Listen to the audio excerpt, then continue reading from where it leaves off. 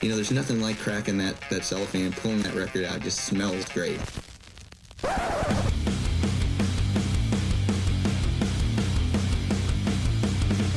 Welcome to BODS Mayhem Hour. Non-stop hardcore energy. I love the show, guys. You're awesome. Unlike any other. With your host, John the Bod, a.k.a. the Bod Father. Man, this stuff rocks. Hi, it's Johan from Celeste, and you're listening to BODS Mayhem Hour. The views and opinions of the guests do not necessarily reflect the views and opinions of BODS Mayhem Radio Network, its staff, affiliates, or sponsors. Parental discretion is advised. Welcome to BODS Mayhem Radio Network. Hey everybody, welcome to BODS Mayhem Hour. I am your host, John the Bod, aka the Bod Father, and as always, I bring you guys and gals awesome interviews. Today it's an honor and a huge privilege to welcome Johan of Celeste. Celeste have released their new album, Assassine, via Nuclear Blast Records, and it's out now. You want to pick this album up, and it's they got some really good songs on here. So, Johan, how you doing? And welcome to the podcast, man. I'm doing good, thanks. Nice to meet you. Nice to meet you too, man. Nice to meet you too. So how have you been doing during all this crazy pandemic, and especially how excited are you to get this album out finally? I've been doing fine, actually, to be honest. That was quite an interesting period for me because I had a lot of free time, which I'm not used to. And we've used that time to write the new stuff for the album. So it was really helpful. And we are super excited with this release. It's been almost 10 days right now, and all the feedbacks are really awesome. So I'm really happy about this situation. During that time when you were creating these songs and everything, did it give you guys time to take your timing and come together more crisp and tighter as a band, possibly working on this album? We've used that time in a very good way because actually almost all the album was written during the first lockdown in France. So we've had like more time than we've ever had. Of course, it was first frustrating because we had a few shows that we had to cancel. But that was anyway a period for which we've decided to have a little break and to write new stuff. But of course, we've never imagined that we'd have so much free time to use. And as I said, I think we used that in a very good way. And also, this situation made us rethink the way to write music because, the main way is just to go at the rehearsal place and bring some good riffs and try to make some songs with that. But being away from each other, we just have to rethink the process. It could be like, okay, let's do some Skype meetings and try to write stuff through the internet. But actually, the idea we had was just to split the work in the band. Guillaume and myself are writing most of the stuff, and we said, okay, I let you do half of the album. I'm gonna do half of it by my side, and we said, okay, we'll just use this free time to work on the new stuff at home. Let's learn how to do some home studio, which we've never done before. Let's learn to write some drums, all that stuff. Actually, I've learned a lot of things during this period. And then the idea was to just write some songs all by ourselves. By my side and Guillaume by his side, and songs from A to Z. Like the guitars, obviously, the bass, the drums, not the vocals, which we had done at the last time.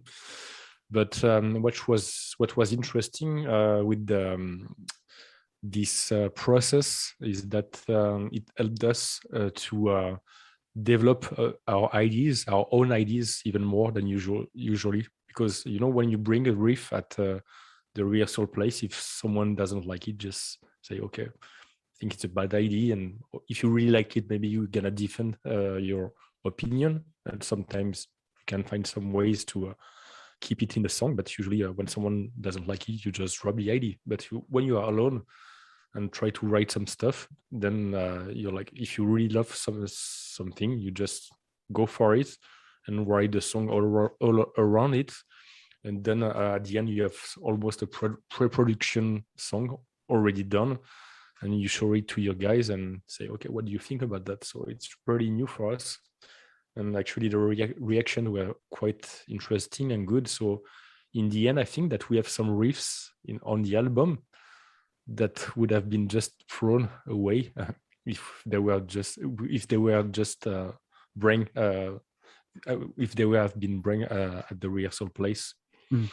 So all in all, I think it helps the album to sound much more diverse than usual. How difficult was it for you all to sit on these songs? I mean, were you guys just like, we need to get this out there and just put it out? Because I know that would be frustrating at times just to have these songs and they're just sitting there. Actually, all the things we've written, almost 90% of that is on the album. We didn't throw full songs. In the past, we've thrown a lot of riffs, but thanks to this process, actually, pretty much everything we've written was kept. It was just polished, all the stuff we've done at the end. As I said, this kind of pre-productions. All the guys in the band said, okay, this is, first of all, they loved the ideas. But they said they were just thinking, how could we improve that? And that was just the later process. And of course, also there was also during the recording sessions, we also had some new ideas, and also with Chris Edrich, the guy we've worked with, he also bring his own view to it. So we changed a few things at the last minute. For over 15 years, Celeste has been paving its own way. Did you think you would see the band lasting over 15 years and doing its own thing at the very beginning? No, definitely not. I had the first band, and it lasted for like 5 years, which sent a lot for me. And so with this new project, I was like, okay, let's take it day by day. Sorry. And see how it goes. But I had a great expectation since the very beginning, because I really enjoyed being with those guys, and I felt that they had really good ideas, and there was a lot of potential. But yeah, of course, I mean, first of all, thinking that being 40, I would still be doing music is quite impressive for me. And thinking that now I think it's 17 actually. Yeah, that's really why. But since, I mean, we really enjoy being on the road, being on tour, and so on. It's really rewardful to experience such things. So I mean, so far, I really hope that it's gonna last for even much longer. What made Detest Your Bless Paralysis? I know I butchered that. I know I butchered the name of that song, but the first track released off this album, what was about that song that said, yeah, this has got to be the first one? Des torrents de coups or de tes yeux bleus perlés? The first one or the second? Perlé, okay. That was the second one we released, which is, by the way, the second one on the album too. I didn't write this song. It was a song from Guillaume, so I couldn't really speak for himself, but I know it was one of the first one he's written for this album. And his idea was to make something much modern than what we've done before. And so I couldn't say it's to bring some influences, because I mean, the idea is not to be influenced, but just to put some words on what he wanted to do. and modernity was really the key word for that song.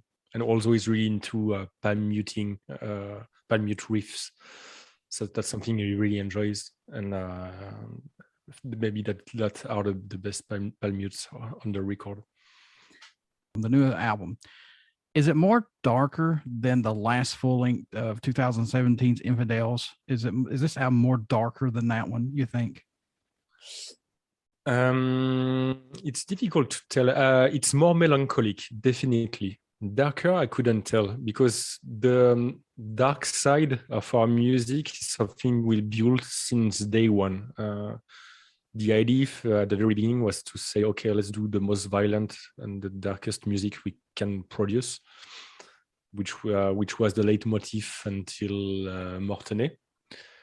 And then I think we've leaned more on the melodic side. Of course, melodic, not the funny one, the pretty melancholic and dark one. And I don't know if you reached a peak on that album, but definitely Assassine is much, there's a sadness on it. Not that wasn't on Infidel, but this is pushed even more, and so maybe the darkness you see from your side is the sadness we brought on this album. Johan, what's the growth you've seen from this band from 2017's Infidel to this new album, the Assassin album? What's the growth that you've seen in this band? The growth? Mm-hmm. The idea was to first of all get more professional in our way to do music. Not that we are punks, but I mean sometimes we just I don't know, just want to enjoy things and not focus too much on the maybe technical aspects and so on. But we did understood with the years that to have a consistent band, you also need to deal with maybe less enjoyable aspects, such as mastering your instruments, being very tight when you record a new album, and so on, and also like having working with the right people when you are doing live shows, like having a good sound guy, having a good light guy, and so on. And all these things together make us a much more professional band, but hopefully doesn't make us lack our essence. I mean, you can be professional and still bring emotions to people. Doesn't make you being a robot or something. Mm-hmm. So, but here I think in every aspect we're trying to be much more pickier on everything. Any tracks standing out more to you than any right now on this album? I know it must change every time you listen to it or you talk about it, because I know these are your babies. But do you have any that stand out for you, Johan? To me, the tracks I enjoy the most are the first one and the last one. Not because they are the first and the last one, but no, sorry for Guillaume, but I'm talking about the ones I've written myself. The first one, because I really do enjoy the drums pattern, which is something really new for us. And I think it's a really good introduction and to show to people that we've really tried to develop new ideas and to make some risks on this album. And so it's a good representation for me, this first track. And the last track, because as I told you, the melancholic aspect, the melodies that we try to develop is, to my opinion, something you can hear really easily on that track. For my part, that's the one who gives me the more emotions in this album. Any tracks that didn't make this album we can see on another EP or maybe a full length down the road from Celeste? I can't tell you, but from my answer, you can guess that there's something coming. Uh-oh, to be determined, folks. Was there a track that you were working on that totally ended up sounding different than it was intended to when it was first brought to the table for the finished project? Yeah, really. Probably the first one, actually, again. But what's interesting with that one is that, to me, it's not an heavy song. It was more like, I don't know if you know the word, a ballad. It's like really easy one, much more stressing on the melody aspects and really, really calm. And there was the first surprise one was when I listened to the song when it was recorded and mastered. I was like, okay, yeah, that's maybe a bit or a lot easier than I thought. And the even bigger surprise was when we played it live, and I was like, fuck, no, that's fucking heavy, and it wasn't meant to be that heavy. So I was a bit frustrated, but in the end, I think it's quite funny to think like you want to write something very calm, and in the end, it sounds like fucking massive. So you can't fight against yourself. Maybe that's just the way I write music, and even when I try to be calm, I'm not actually. You can be your own worst enemy. Yeah. But if the outcome is fine, that's okay. Exactly. How was working with producer Chris Edrick, who's worked with Godzilla, Tesseract, The Ocean, and Leprous? I was working with him on this album. It was really, really nice. As I told you, I'm trying to feel and be more professional. Part of that was the recording process. We've told him we want something super tight, and actually he's been beyond our expectations. He was so picky. We had to record things again, and again. Even when we felt like, okay, man, that's good, it was like, no, can do better. We're like, okay, let's do it again and again. So it was not a pain in the ass, but it was super exhausting, super long, because the studio session was supposed to be 2 weeks. It ended up being twice 2 weeks. And even when we said, let's take 2 weeks, to us, it was like, okay, it's going to be super easy. Actually, we had to rush and make super long days every day, no break. So he was really, so that was really good for us, because at the end, I mean, it sounds super nice, and it feels like even what we play, it feels like we master even more our instrument that we do in the real life. And also it was really interesting because Chris has a very good sense of melody, and did really understood what we wanted to do. So sometimes he was just stopping us and say, okay, maybe that note is not the best one. You could do this, you could do that. Let's try something else. And pretty much all the time he was right. So even if it's not like 100 ones, but maybe like 5, 10 or 15 notes on the album, but it does make a difference, in my opinion. And the last thing is just that we feel maybe sometimes too sure about what we are doing, about the decision we are making. And but this time we were thinking, okay, we have someone with a nice background, nice ideas. So if we have like 2 options or even 3 or 4 for something, just let him choose which one is the best. That was also a good thing, because sometimes decision making is quite tough in a band. So in the end, it was beneficial for everybody. So this was really grueling for the band. It even, as I see here, threatened the fabric of the band itself. I mean, did this take a real toll on you guys? I mean, was you at the point to where you just said, "Hey, look, no, this is too much for you all"? No, that's the game. We like challenges, you know. Sure. So that's if I take my my personal situation, when I first in the band, I was just singing. And it felt like someday it was boring to only sing, and I had the opportunity to take the bass.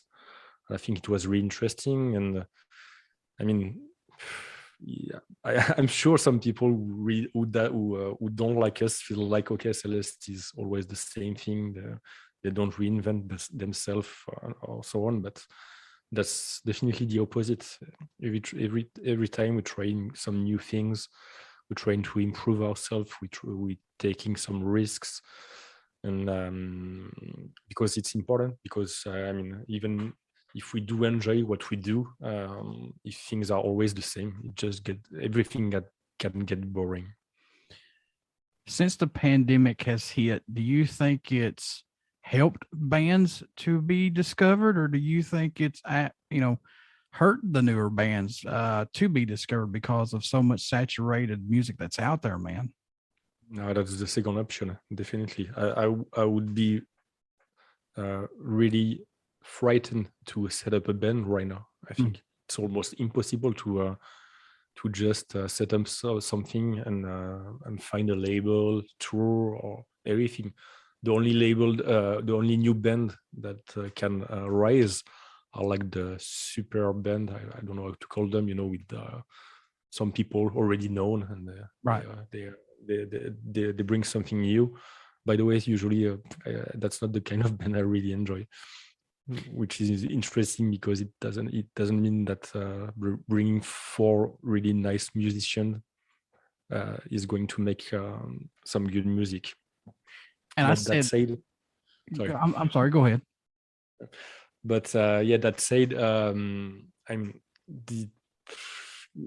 there's like a kind of traffic jam right now. All the bands, and I do understand that. I mean, if releasing a new album in 2020 was just not the right move, because if you can't defend your album live, it's almost like throwing an album to the bin. So right now, since everybody feels like it's gonna be okay again to tour again, there are so many albums coming out. That's just crazy, even for us. We're not a big band, but I mean we have a fan base. But when you see that the same week there's the new Korn album, there's the new Fit for an Autopsy, I could name many bands. So even for us it's difficult. So just imagine like you're in your garage and you feel like, okay, I would like to set up a band and to be famous someday. That's just quite impossible, I think. I feel like newer bands, and this is just me personally, I think if you want to create your band, that's fine. That's awesome. Get a few EPs stored away, and then when all this, blends out and fixes itself, then start releasing them. I think, to me, honestly, I don't have the right formula. Yeah. I would say that maybe that's strange because that's not something I think would work, but from what I saw recently, I think to maybe find your way is just to make an all-in straight away. I mean, like you set up a band, even if you don't have a fan base already, you try to find a few bands to tour with, and straight you have like the sound guy, the light guy, all the team around. You set up like a show as it would as if you would be a band touring for already 10 years and so on. I mean, there's not.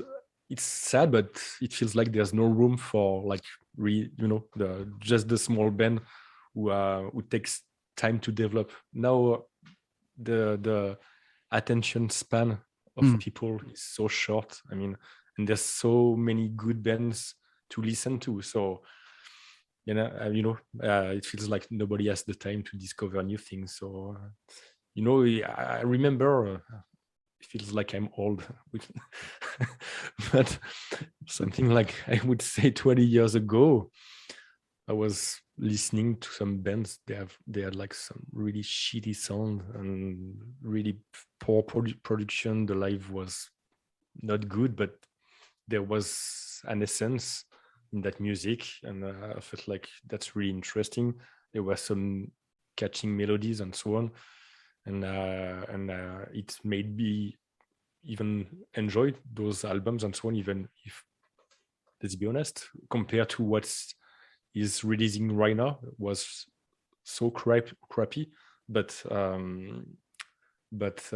mean, again, there was maybe much more than what you can listen right now, because a lot of bands have really good production and so on, but you're gonna just forget about what they've done 2 days after, and the melodies are not that catchy or not that profound. What does Celeste bring to the table for music that other bands might not, if anything, possibly? What does this bring to the table that other bands may not, maybe? What do we bring as a band that other bands don't, right? Yeah. I think our strength comes from the fact that we don't feel like we have influences.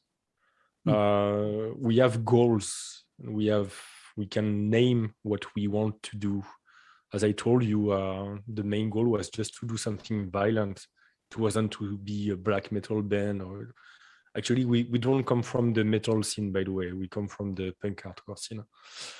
So for us, it was really helpful actually to sound genuine. I hope so, because when you don't, talk with your friend and say, okay, let's do, I don't know, a riff such as Cult of Luna or something, and you don't just put words on your music. I think it's the best way to at the end be a particular band, and that's our goal, by the way.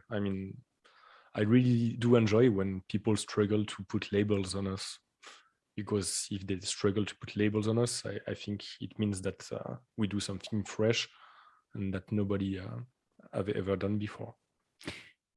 Do you still have a go-to album or song that you find yourself going back and listening to from time to time that you just cannot kick out? You've got to listen to it eventually.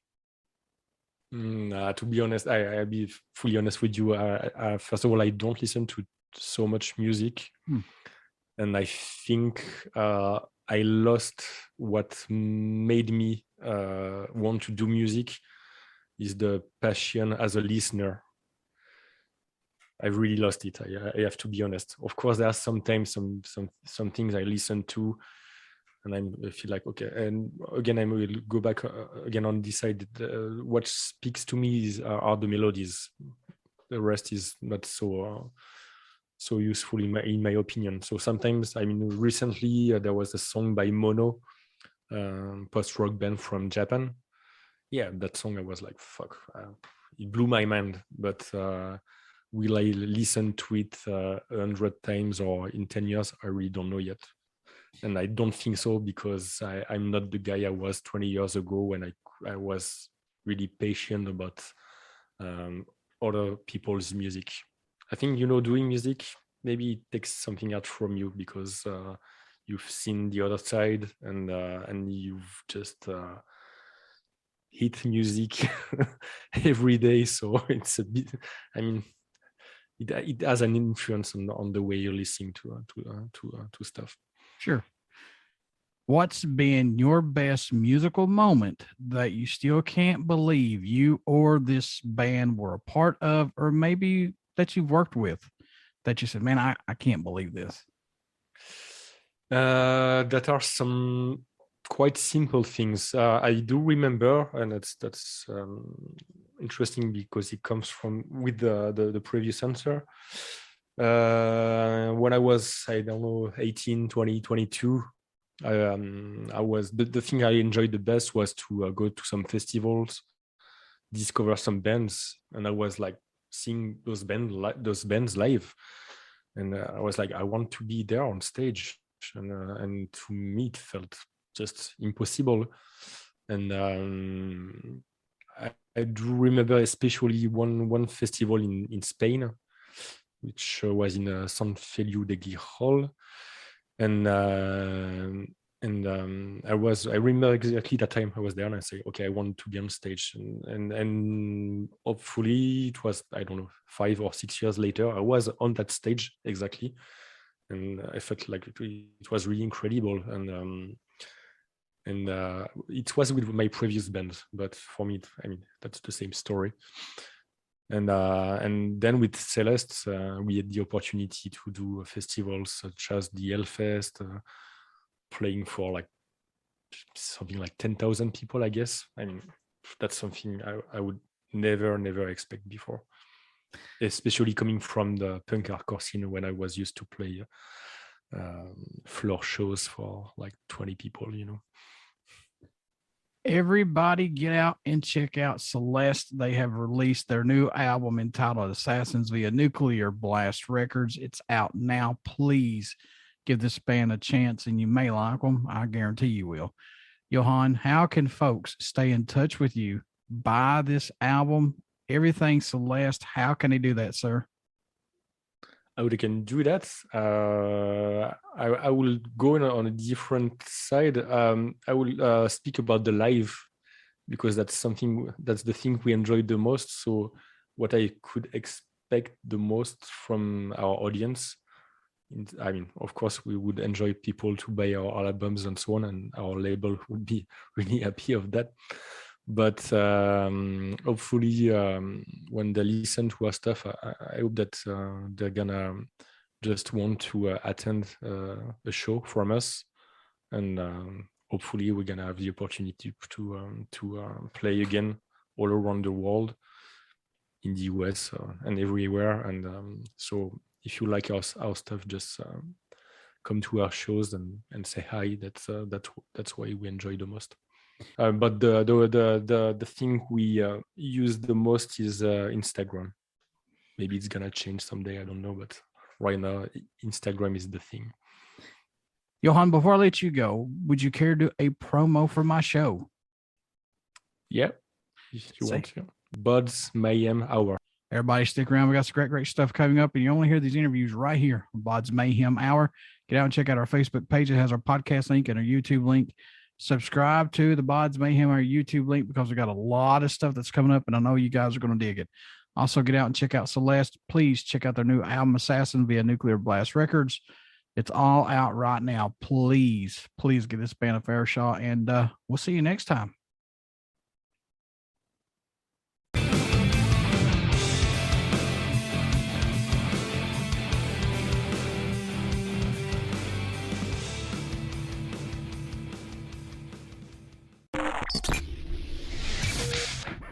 You're listening to BODS Mayhem Hour.